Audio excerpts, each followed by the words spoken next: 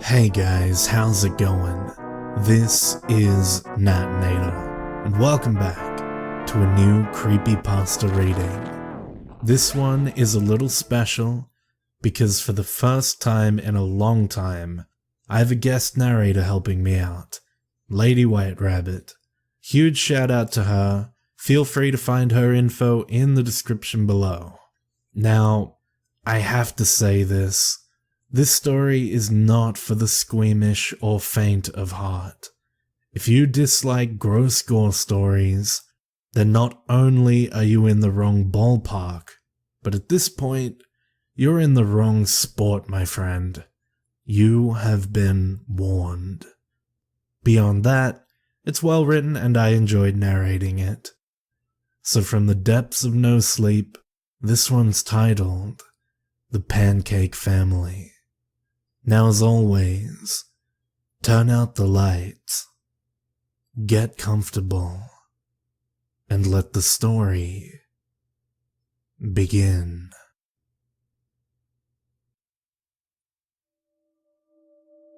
That pale, huh? Jesus, I bet I look like a ghost. Feel like I've bled out 2 gallons. What? No. Not a scratch. Sorry to ramble. It's just that I'm... what's the word for it? Detached. Strange feeling. Seen it enough times in the field. Sort of figured if I was ever gonna experience it myself, then I would have experienced it by now. Hell of a thing. I feel like I'm floating outside of my body. Just cut the cord and I'd float away. Did you see the crime scene? Don't. Don't look at the pictures. Don't even touch the file. You'll thank me. I can't get my knees to stop rattling. Is that why you're holding your coffee like that? I'm shaking the table, aren't I? Hold on a second. Let me back my chair up. There. That's better. We've got to go official now, Hob. Can you confirm for the record that you're waiving your right to an attorney? No. I'm still not interested in an attorney. I mean, yes, I'm waiving my rights. Sorry. And I'm as sound of mind as I'll ever be. Are you sure? Yes. Let the record show that Detective Hobson Milgrate, retired, has waived his right to an attorney. I won't need a lawyer after the DA stops puking and considers taking it public. They're not showing that to a jury. Are you ready to begin? No. But I'll talk anyway. What led you to the crime scene on the night in question? Would you believe I was planning a fishing trip before this started? Never mind. Hold on. I'm thinking. Hard to organize it. Never been on this side of the interrogation table before. I guess it started with the reporter. Name of Bamer. She contacted me a week ago by email and claimed she had new information on the Driscoll Murders. I was the lead investigator. The case had gone unsolved for 20 years, cold as ice. Frankly, I thought it was all bullshit at first. You know how that can be. Most of the time it's not even on purpose. Everyone thinks they know something that'll crack a case wide open. Theories are easy when you don't have to check them against evidence. The Driscoll murders were a big story around these parts. Lots of interest, lots of press. Over the years, I must have gotten a couple hundred shit theories. When I retired, I handed the investigation over to Detective Carroll. I didn't want him to be bothered. I know he's busy with the recent gang activity. I figured I'd check it out as a courtesy. I wasn't expecting it to go anywhere. I met her for lunch at Per Year's Cafe. good-looking blonde gal, professional, so she didn't fit the typical profile of a hoaxer or conspiracy theorist. Not that I put too much faith in profiles. She also might have been one of those creepy gals that gets off on death. God knows I've dealt with those too. I still thought she might be pulling my leg, or maybe she'd been fooled too. But she had a file with her, looked legit. It contained what appeared to be a confession by the Driscoll. Well, he wasn't a murderer, was he? I really do wish he had been, you know. Would have been so much better for everyone. Can you please fill us in on the relevant details of the Driscoll case? Let's see. It would have been 20 years ago now. Thinking of all those years. I mean, 20 goddamn years. That's a long time to be. Take your time, Hob. Thanks. The Driscolls were a family of 6 out in the suburbs, upper middle class. Father was an attorney, mother ran her own business selling pottery out of the house. 4 children, all high school age or below. Good kids, honor roll, no criminal records to speak of. The oldest son was caught smoking dope at his high school once, but nothing much besides that. Just the typical stuff you find when you look at people too closely. They disappeared, October 13th, 1994. No trace was found of the bodies. The mystery, and seeing as how it was right around Halloween, is probably why the press went so crazy. You still see it show up on some of those unsolved mystery shows. A whole family disappeared, no one saw a thing. No one knew where they went. A neighbor lodged a sound complaint, which is how we got involved. There was an alarm going off, and they figured it might be an intruder or something. We dispatched a vehicle. When no one answered the door, the patrolman went in to investigate. There were obvious signs of a struggle in the youngest daughter's bedroom. The bed had been flipped over and the sheets were torn. The alarm was a carbon monoxide detector. We found elevated concentrations of carbon monoxide in the fabric of all the bedspreads, except the youngest daughter's. We wouldn't have known to look without the alarm. The neighbor indicated the alarm had been sounding for over a day, and he'd been unable to get anyone to answer the door during that time. We also found several aluminium canisters and some hoses in a dumpster a few blocks away. At the time, we assumed the Driscolls had been gassed and disposed of at a different location, excepting, of course, the daughter who woke up at the end and put up a struggle. The investigation gave no leads. Of course, our first thought was that the father did it. We checked it out, but he didn't have motive. No leads to follow up on. Same with the mother. Surviving family checked out clean too. The father had a few clients who might have had motive, but the means weren't there. He was a divorce lawyer, but not for anybody who could have taken out an entire family without leaving evidence. There was a chemistry teacher who lived 3 blocks away, and we investigated him for a while because of the canisters, but he alibied out. Same with a dentist who lived nearby. The wife had an online flirtation with some kid out in England, but nothing adulterous, and he wasn't even in the country at the time of the murder. We settled, unhappily, on the idea of a random killing. Hardest pieces of shit to catch, when there's no pattern like that. We must have sunk tens of thousands of man-hours into this case, chasing down leads. Nothing ever came of it. We did track down the canisters.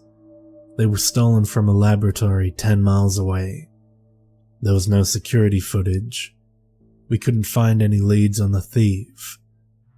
After 6 months with no repeat attacks, the investigation went cold. The Driscolls had been knocked out and abducted. Like I said, no one ever found the bodies. Who was to say they hadn't just run off? Until, well, I'd rather only talk about that once. What can you tell us about how the confession wound up with Miss Bamer? She'd been following the case for some years, both personally and as a reporter. Like I said, it had captured the imagination of a lot of people. Even seemingly normal folks thought it could have been aliens, ghosts, or demons. Miss Bamer published a retrospective on the murders, given the 20-year anniversary. It caused a renewed interest, which happened from time to time. As usual, I declined to comment, citing lack of new evidence. I remembered her asking for my quote though, which is why I accepted the lunch meeting. After publication of the article, Miss Bamer claimed that she had been sent a file. She wished to have me authenticate. The most pertinent part of the file was a confession. I assured Miss Bamer that such false documents are not uncommon, especially on older cases like this, and that I'd personally heard 24 confessions of the Driscoll murders. She was insistent. Once I felt she wasn't trying to pull off a hoax or getting off on the idea of talking about a murder, I agreed to the meeting. She stated the confession had been mailed to her in the same envelope she showed me when we met for lunch. Can you describe its contents? Old newspaper clippings outlining the progress of my investigation. They seemed appropriately yellowed, so I'd guess they were from the trophy book of the perpetrator. There were also 6 photos alleging to be of the individual members of the Driscoll family, as well as several other photos of the facility where they had been taken. Look at that. My hands won't stop shaking, see? I'm trying as hard as I can, and I just can't make it happen. I'll have to ask the paramedic for a sedative when I'm done with the statement. I don't think I'll be able to sleep otherwise. No, I'm fine for now. I don't want anything to interfere with my recollection for your recording. Just carrying it all around in my head is like... Sorry, I'll stay focused. The photos were of the Driscoll family, of course. At the time, I didn't know that. The photos had aged poorly. They could have been of anyone. It was very hard to distinguish features. However, given the elaborate nature of the file, I figured it did warrant a further look. As to the confession letter, well, it was brief. It gave an address. That's the first thing I noticed. I couldn't locate the address online, which meant it had to be old. The confession letter said, "Stop printing lies. I never killed anyone. It just took a while to get them ready for breakfast." There was no signature. I just remembered something. God damn it. We got sent a breakfast menu 1 month after the disappearance. Someone had drawn a red circle around a picture of pancakes. The letter said, "They're not dead. They're getting ready for breakfast." We put it in the junk lead file. Oh, God. Detective Milgrate, do you need a moment? Oh, God. How could I have known? We tried to track down that menu. We could never find out where it had come from. It wasn't any place local. The identifying information had been cut out. I don't know what else we could have done. Dear God. Why did you decide to personally investigate the location mentioned in the letter? Sorry. I wanted to make sure it wasn't a hoax. I still wasn't convinced. I've had 20 years of people sending me fake evidence. I guess maybe the case captured my imagination too. I always figured one day I'd think of something I'd overlooked and solve the whole thing. Felt unbelievable to have someone dump the answer in my lap. I needed to see with my own 2 eyes. Miss Bamer had pinpointed the location with city records, but neither of us was sure if it was still there. It was an abandoned industrial building. The last time it had a valid mailing address was 50 years ago. Might have caved in for all we knew. I think I also wanted to be the one to crack it, whether or not it was dumped in my lap. That case has hung over my head for 20 years. Miss Bamer and I agreed to meet there the following morning. Can you describe the crime scene? Yes. It was an industrial building, as I stated, approximately 120 feet long by maybe 45 feet wide. It was a wooden structure, and at first the conditions seemed to match the neighboring buildings. However, I noticed the facade had recently been patched in a few locations. Further investigation also revealed that the entrance had been chained and locked. My understanding was that it used to be a sheet metal shop. At least...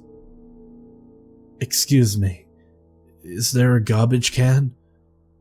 I might vomit. Thank you. Sorry. I thought I was empty.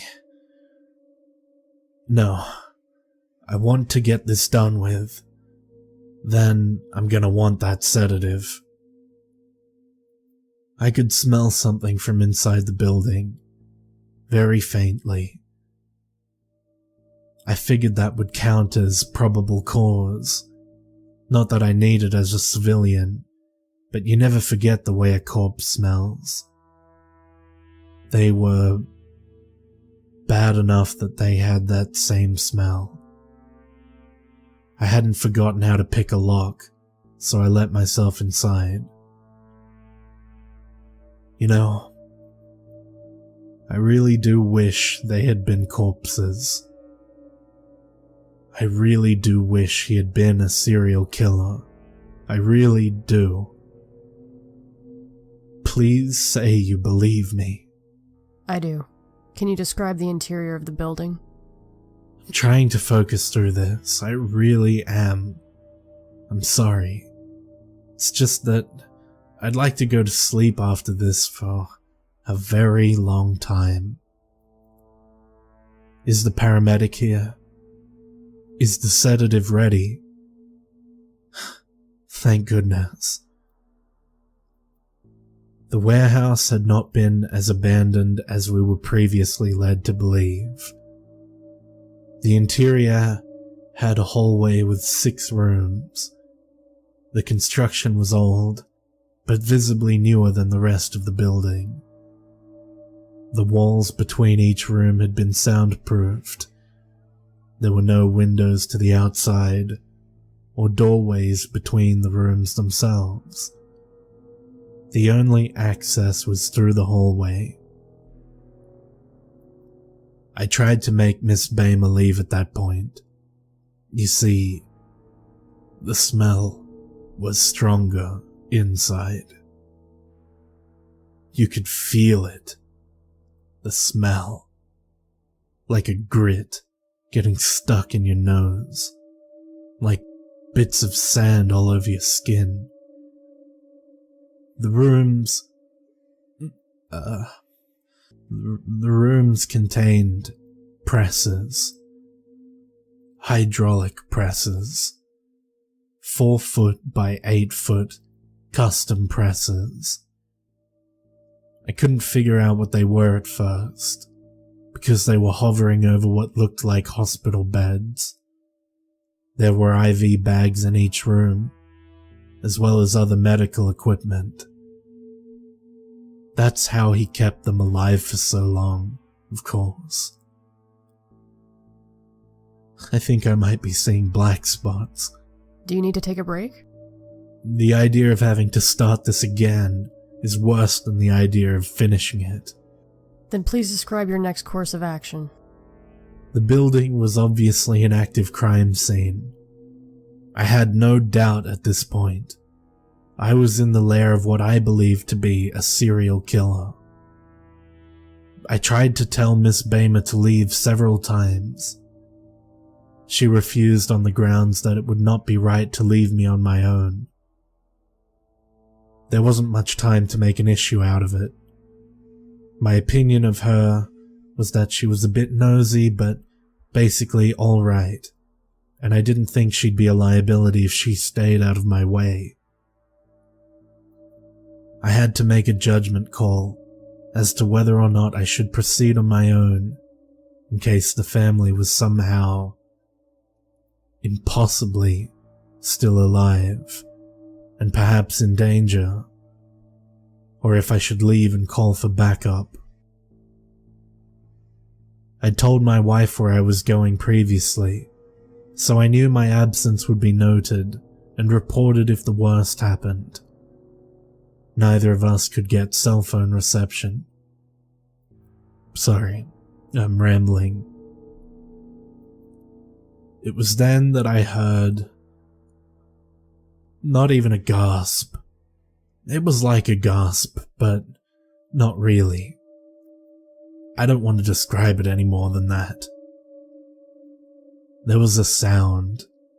It drew my attention further on. I had to act. That's all that matters. There were some stairs at the very far end of the warehouse, descending into a basement. I told Miss Bamer to remain behind and pulled my service revolver. I had a flashlight on my person as well, and I turned it on as I descended into the basement. The basement had been hand-dug, maybe even over the course of the entire 20-year disappearance. I don't know. The floor was dirt, and there was a tunnel that retreated back, far enough that it had to be supported with struts at regular intervals. When my flashlight first illuminated the stack, I wish they'd been dead. I wish he'd been a serial killer. Please take a moment. After I recovered, my first thought was, thank God, they're all dead. I'm 64 years old, for Christ's sake. I'm not a young man who can forget things anymore. When you're young, you have this sense that you're invincible, and that you're never gonna die. I don't have that to protect me anymore. Look at me whining when they had that done to them.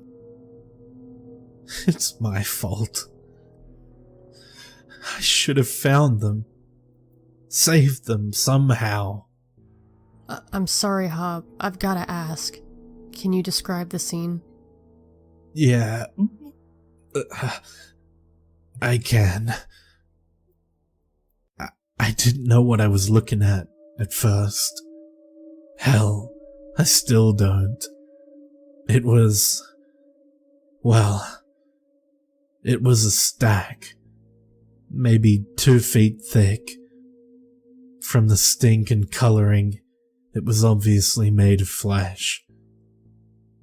I thought maybe he'd hacked them up and stacked them up in pieces. That would have been bad enough. The first thing that alerted me to the truth was the eyeball. On the top of the stack was a perfectly round eyeball in the middle of a socket that had been distorted to the size of a saucer. That's when I realized what I was looking at. 20 goddamn years of torture, basically. He had the entire Driscoll family under those presses for 20 years, keeping them alive on an IV drip, increasing the pressure on them so very slowly that their bodies had time to adapt until they'd been flattened like, well, pancakes. He squished them by about a 1/4 inch every year for 20 years. Then he'd pulled them out when they were too broken and wretched to move, without any chance of recovery, and stacked them on top of each other. I've got no idea what for. I don't want to know. And I was still thinking, thank God they're all dead, when the one on top started gasping again. What did they say? Nothing at first. It couldn't speak without help.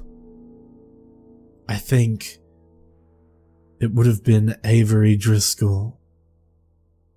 Not that I could tell much about the gender or the age, but the hair was blonde where there was hair.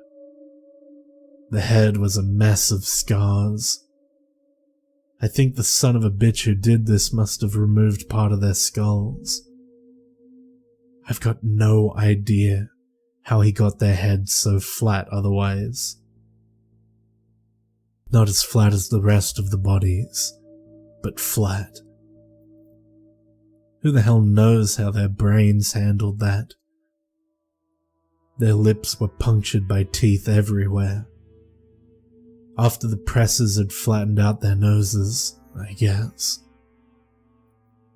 Avery was 14 when he disappeared. I've stopped shaking. Goddamn weird the way our bodies work, isn't it?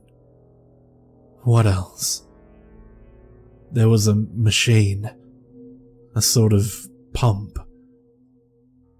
I followed a hose with my flashlight and realized everyone in the stack was hooked up to a pump.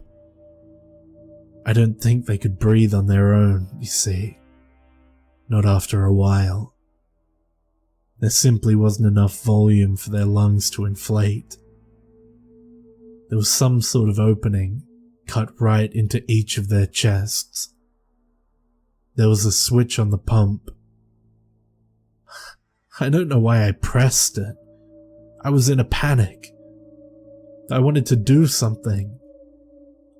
Maybe some stupid part of me thought that if I switched it on, they would inflate and be okay. I switched it. It increased the volume of air to the topmost hose. I could hear the pump working harder. Which is when Avery Driscoll started to scream.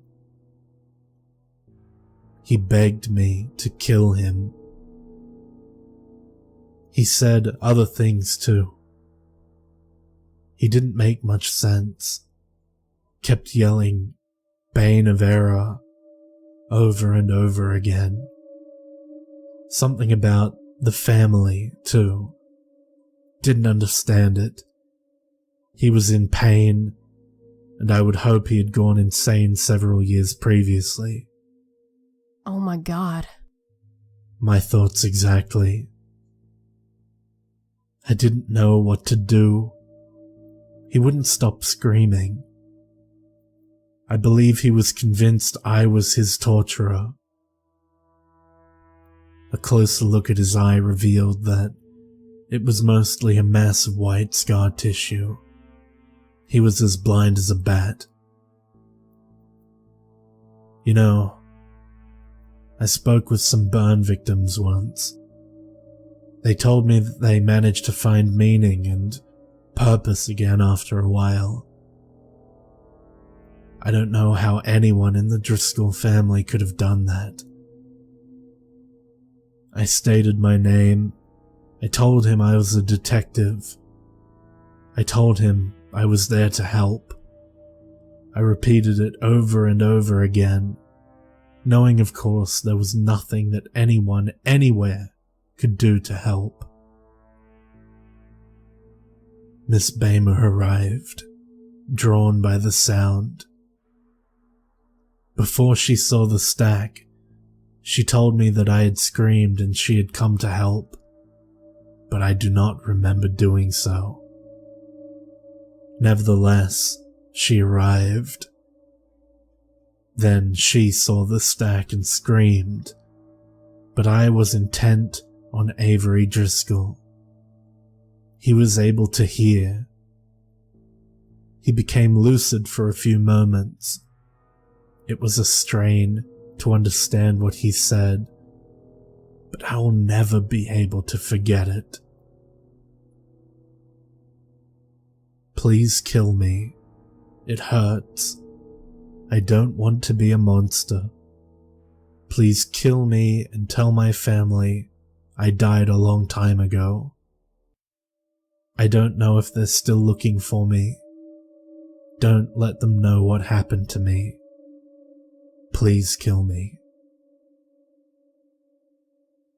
He could still cry, and he did, although his tear ducts were too deformed for it to be noticeable. I should have forced Miss Bamer to leave. That is the only action in the matter which I regret, more than failing to solve the case 20 years ago. Not just for her own sake, but for what she did next. I don't think she could have wounded them any more deeply if she'd tried. She took away the last comfort any of them in that stack had.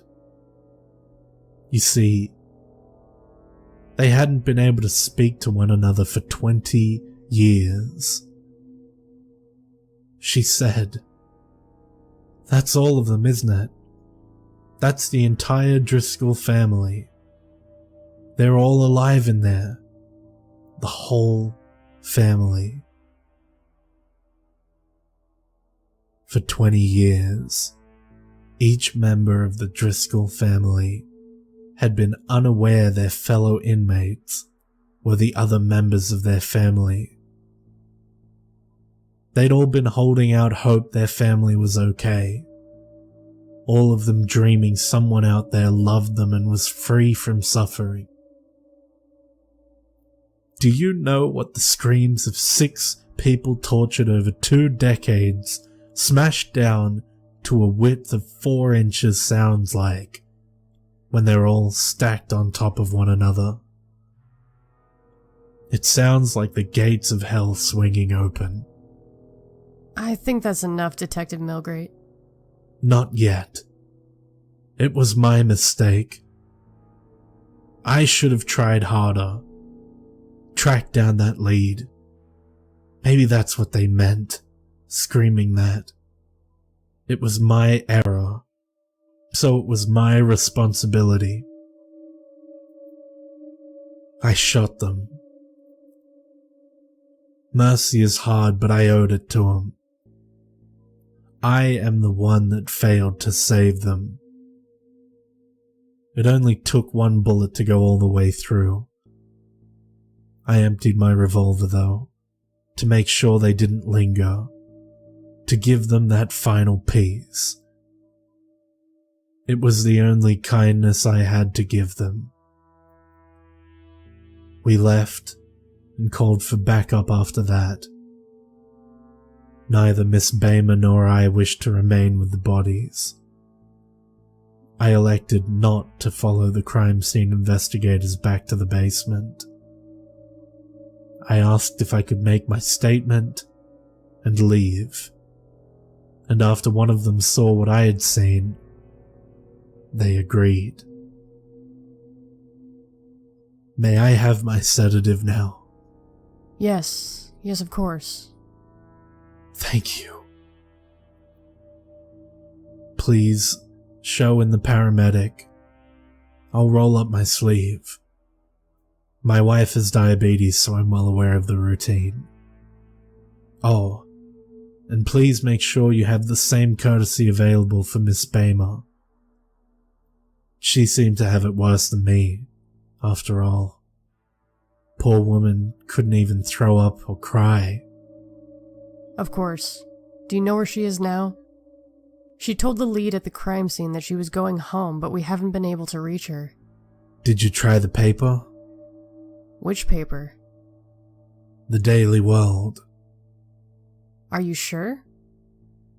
There's no one by the last name of Bamer on staff with the Daily World.